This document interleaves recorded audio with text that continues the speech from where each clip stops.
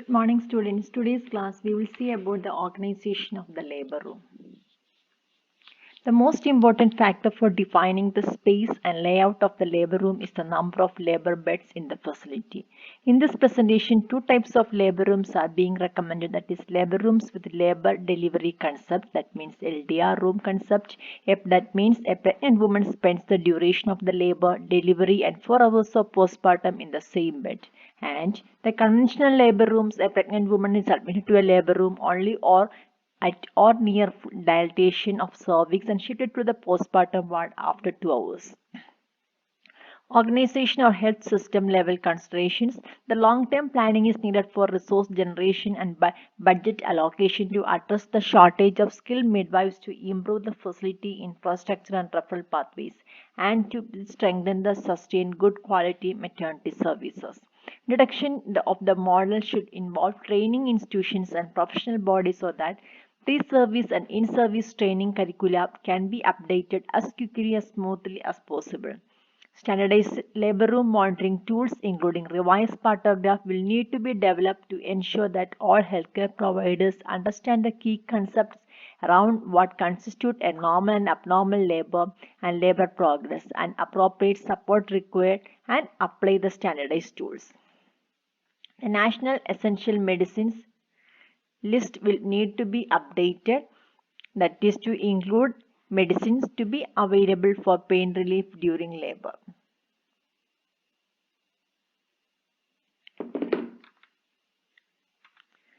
Development or revision of national guidelines and of facility-based protocols based on WHO intrapartum care model is needed. For healthcare facilities without availability of cesarean section, the context or situation-specific guidance will need to be developed to ensure timely and appropriate referral and transfer to a higher level of care if intrapartum complications develop.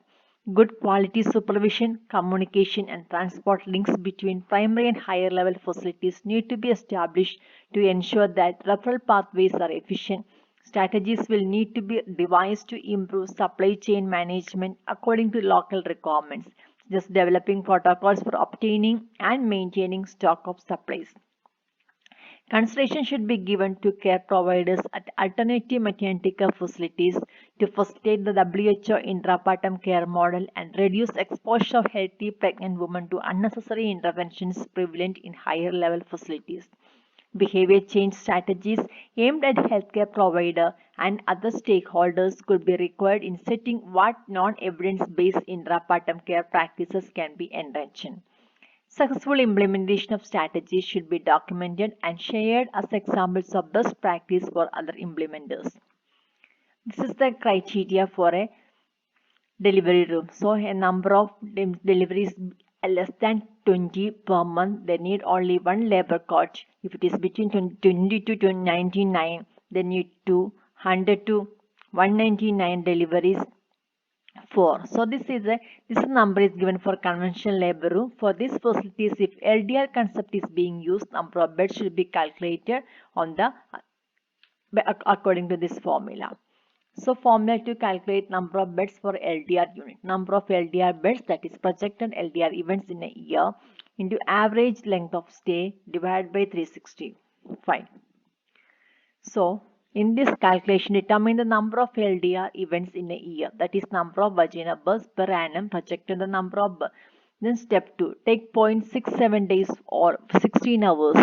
That means 12 hours of total labor, delivery, 4 hours for recovery, including the room cleanup, as the average length of stay of one patient in the LDR. 75%, that means 0.75 is recommended for the occupancy. Insert number attained in the above steps in the formula and calculate number of LDR beds as required. For example, this is one of the example. You can go through this example and see how it has been calculated. So standard LDR unit, each standard LDR unit will have following components: 4 labor areas with 1 labor table, 1 nursing station, 1 newborn care area, 2 toilets and 2 washing areas. The specifications of components of LDR unit are as follows. That means labor areas. Each LDR unit have 4 labor areas, that is each labor area should be of size of 10 into 10 and there should be a partition between 2 consecutive labor areas extending to the ceiling. The partition should be opaque till 6.5 and can have glass optional, that is for the rest of the height.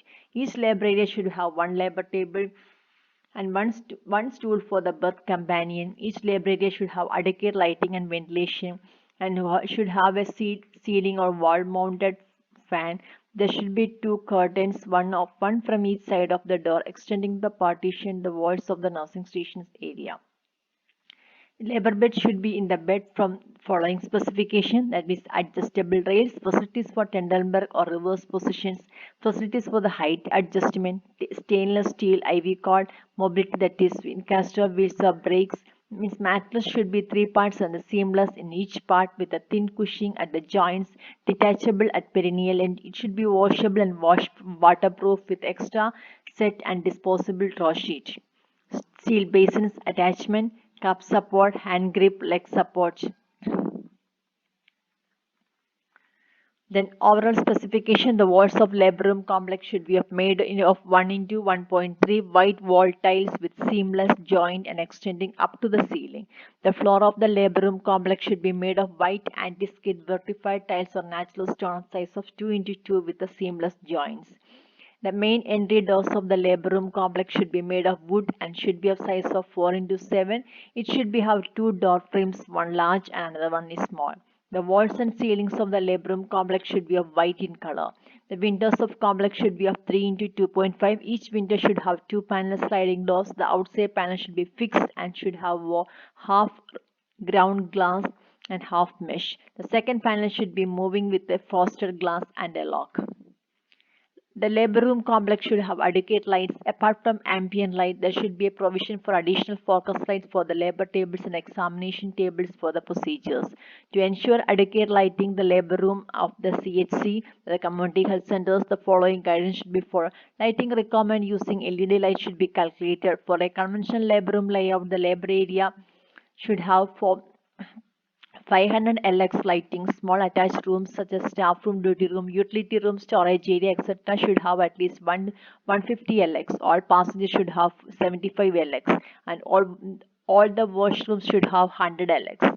Based on upon the above reference LX figures, the number of lumens should be calculated for each area using the area in square meters. The number of LED lights should be calculated based upon number of lumens required. The LED lights should be placed in a way that they are situated some distance away from the corners of the room. Apart from the ceiling mounted lights, there should be one gooseneck movable shadowless light, focus light for each table. Wherever possible, these lights should be mounted to the ceiling. Attached washrooms should have adequate light, at least one LED light. Power supply. All labor room complex should have adequate power back up to the continuously run the radiant warmer, lights and fan. It is recommended that all these complexes have solar panels installed to provide necessary power back setup. Ventilation. Labor room should have adequate ventilation. At the same time, the temperature of the labor room should be kept around 250. The labor room should not have broken windows, panes, or doors that create draughts of air. To ensure adequate ventilation, the conventional labor room complexes of the district hospitals following the guidance should be followed. The labor room complex should have split ACs for the ensuring adequate ventilation and air changes. Apart from AC units, the labor room complex should have one ceiling mounted fan for every labor tables in labor area and one ceiling mounted fan for every workplace. Waiting or registration area. There should be a reception or registration area at the entry of labor room complex that's separate from the regular inpatient reception area of the hospital for mothers in labor and in emergency. Ideally, this entry should be approachable by the ambulance. It should have following specification: a registration desk of size 4 into 2, three chairs, one for the person managing the desk and two for the pregnant woman and her attendants. Seating arrangement in the room for fixed chairs for 30 people, two toilets, one for men and another for women. Triage or examination area. There should be an examination come triage room first to examine the pregnant woman who has come to the facility. The examination room will function as a triage area based on the risk stratification into low risk and high risk based on history, examination and referral notes. The mothers examined, necessary investigations done, admitted to LDR if low risk, high dependency unit if the moderate or high risk. The examination room should have the following: two examination beds with adequate provisions for movement and privacy, including screens, a table for nurse of size 4x4 for paperwork, 3 chairs, one for the nurse or examiner, 2 for the pregnant woman and her attendant, a storage cabinet for storing essential supplies. A granite counter running the full length of the shortest wall of the examination room to keep the equipment and supplies for the use during the examination. There should be a toilet attached to the examination room with the following specification: Western style toilet, wash basin, external window of at least 2.5 into 1.5. Staff room. There should be a staff room with the following specification: a bed of off-duty staff to rest, a cabinet to store documents, supplies, and personal effects of the staff. There should be attached toilet with one Western-style water closet and one wash basin. Doctor's duty room. There should be a staff room with the following specification: a bed for the staff to rest, a cabinet, and there should be there is a toilet attached with Western-style water closet, one wash basin. Newborn care area. The labor room should have a newborn care area or NBCA for every 4 tables. The NBCA should not be separate enclosed space attached to the labor room, but rather than an area within the labor room designated for resuscitation of newborn. The NBCA should be situated in the way that there is no obstructions between the labor tables and corner of any child need resuscitation can be shifted within 5 seconds. The NBCA should have following: radiant warmer, resuscitation kit with functional bag and mask, mucus extractor, pre-warm baby receiving towel, shoulder rod, pediatric stethoscope. The radiant warmer should be placed in a way that it has free space on 3 sides. There should be a clock with seconds hand on the wall near the NBCA. There should be an oxygen cylinder or oxygen concentrator in the vicinity of the NBCA. Labor and delivery area. The labor area should be organized in a way to ensure that most efficient space utilization and free movement space for the nursing staff between different labor tables. The labor area should have adequate space to accommodate recommended number of labor beds. The labor room should have adequate number of labor tables as per the delivery load. The labor table should be placed in a way that there should be a distance between 3 feet between side wall, at least 2 feet from the head end wall, and at least 6 from the second table in case of two-table labor room. In case of a single labor room, the table should have at least 4 feet distance from each wall. There should be 2 attached toilet size of 6 into 8 with the labor room. Each toilet should have two western water closet area, wash basin, external window of at least 2.5 into 1.5 for each water closet areas. Nursing station. The labor room should have one nursing station with the following. That means an L-shaped table, 2 plastic or wooden chairs, a storage cupboard for storing documents and supplies, a whiteboard on the wall next to the nursing station. The store should have within the complex cabinet storage racks for storing supplies. Clean utility area. There should be a clean utility area for storing autoclave supplies of other clean utility items. Dirty utility area. There should be a dirty utility for the storing the used and unclean reusable supplies and other items. Central Storage Supply Department is a service unit of the hospital that processes, issues, and controls the sterile stores to supply all departments of the hospital, both the specialized unit and general wards and outpatient departments. Consumables. All labor rooms with newly constructed, reorganized from existing labor rooms should have a consumables with appropriate specification and in adequate quantities as per recommendations given below. Consumables is cotton, thread, gauze, catgut, IV drips and needles, medicines, oral or parenteral, leucoplast, soap, hand wash, betadine solution, mosquito repellents, etc. should be available in adequate quantities in the labor room. A general rule of thumb to calculate number of such items to review used in the last 6 months and making adequate numbers available for at least a month in the labor room store. A disposable mother and baby supplies, 2 baby sheets made of absorbent material for receiving and immediate drying of newborn and covering the baby, 1 cap and a pair of socks for newborn, 1 sterile disposable draw sheet for absorbent material for covering labor and table surface. Daily at the beginning of the day, the floor and sink should be cleaned with detergent or chlorine solutions daily in the morning and thereafter every 3 hours. The floor should be kept dry. All the table tops and other surfaces, lampshades, almirah, lockers, trolleys, etc. should be cleaned with low-level disinfectant. Monitor machines should be cleaned with 70% alcohol. Cleaning and disinfection of labor room. The labor room along with all equipment and all surface should be cleaned every morning and all equipment and surface used should be cleaned after every delivery. Labor table should be cleaned for in each shift and after each delivery with a cloth soaked in a clean water and a cloth soaked in 0.5 chlorine solutions. Chitless forceps should not be kept in antiseptic and should be autoclaved daily and kept in autoclave holder with the date and time labeled each day. Toilet should be cleaned with a phenyl or Lysol at the start of each shift and after each delivery. Overhead tanks supplying water to the labor room should be cleaned at least once in a week. After each delivery, the tabletops should be cleaned thoroughly with the chlorine solutions. Disposable absorbent sheet placed on the labor table should be changed. Any spillage of blood or body fluids on the floor should be soaked with chlorine solution for 10 minutes, should be absorbed in a spillage kit or absorbent paper and then mopped. The soaked absorbent paper should be discarded in appropriate plastic bin.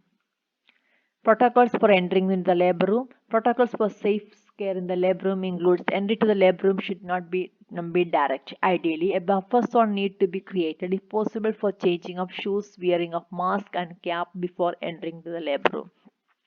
Entry to the labor room should be allowed only to the pregnant woman, her birth companion, doctor, nurse, A&M on duty, and other support staff. Cleaning staff should be allowed periodic entry as per the SOP and protocols of cleaning. Before entering to the labor room, slippers, cap, and mask should be worn by the visitors, including the birth companion. Any visit of people other than on duty staff, pregnant woman, and birth companion to the labor room should be short and timed to task. Entry to the male staff should be restricted only to those on duty or have been called for any accessories and fittings. They should be polite and respectful for the dignity and privacy of the woman. Protocols for working in the labor rooms. All the staff should wear personal protective attire at the time of conducting delivery, and at all other times cap and mask should be worn. Disposable sterile gloves should be used after thorough and hand washing while examining or conducting delivery. Infection prevention protocol and adherence segregation and disposable in the bins should be strictly adhered, and IMEP protocol posters should be wall mounted in the area where color-coded bins are located.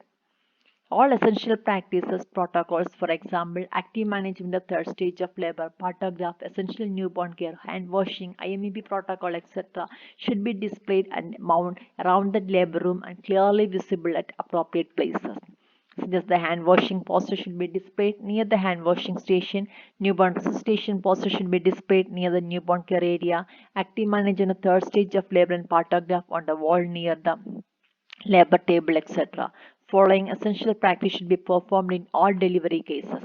The SAS should be used for all relevant checkpoints for an admission before delivery, just after delivery, within 1 hour, and at the time of discharge to ensure this practice has been completed in all cases. Following some of the harmful practice that should not be performed in every case without specific indication.